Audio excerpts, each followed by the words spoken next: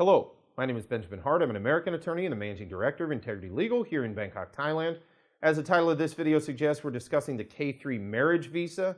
And in this video, we're discussing it specifically in the context of the recent turnover of our calendar. So we're now in 2020. I oftentimes get sort of inquiries or questions from folks who are asking about the overall process, and they oftentimes ask me, does anything really change year to year? Well, the new year itself is not some bright line wherein things just magically change with respect to the process overnight. It has a more gradual flow to it.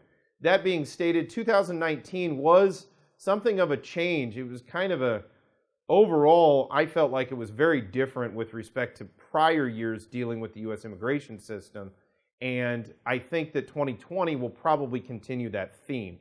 So the first thing to think about with respect to K-3 visa processing, and an issue that I think it was an issue in 2019, it will also be an issue in 2020, is the issue of administrative closure of K-3 visa cases.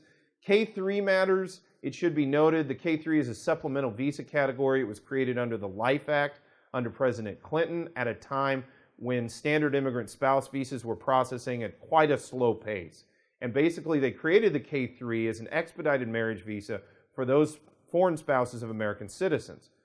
That usage or the necessity of the K-3 kind of fell by the wayside when USCIS, under the Department of Homeland Security, became more efficient in the years following the creation of the K-3. And around 2010, 2011, we started seeing the National Visa Center administratively closing K-3 cases on the basis that they weren't necessary because the underlying immigrant case had already processed through. So the thing to take away from this video is in 2020, I think administrative closure remains an issue with respect to the K-3.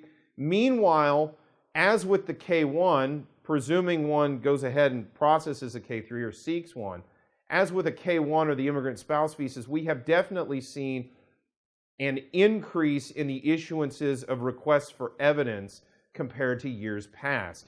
Basically, cases that we have seen and filed that we felt were rather exhaustive with respect to documentation, they've still gone ahead and issued requests for evidence. Now, you could argue they're simply dotting the I's, crossing the T's, but this should also be noted in the context of a memo which came out in recent years, which basically allowed discretion on the part of the adjudicating officer to deny cases much more easily compared to times past.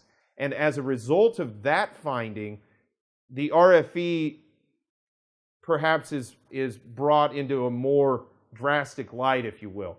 RFEs could, in theory, lead to case denial. So for that reason, probably a good idea to have legal help or at least guidance, a legal consultation, if you will, in order to better understand how the process works and to put oneself on the best footing as they can with respect to processing and filing K-3 visas. Another thing to note is the fact that I think, as with 2019, especially in the context of the increased issuance of requests for evidence, do-it-yourself cases, I think it's going to be increasingly difficult for folks to do these sort of DIY, do-it-yourself K-3. And that's not to say that it comes from any inability on the part of folks to process the case.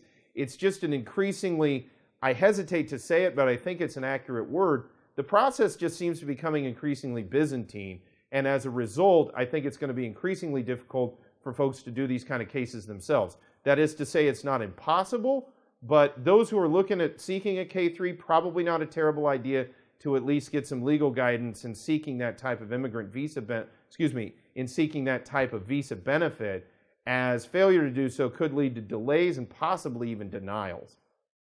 We hope you find our videos insightful. If so, please like, subscribe, and hit the bell icon so that you can receive up-to-date notifications of legal news in Thailand and the United States.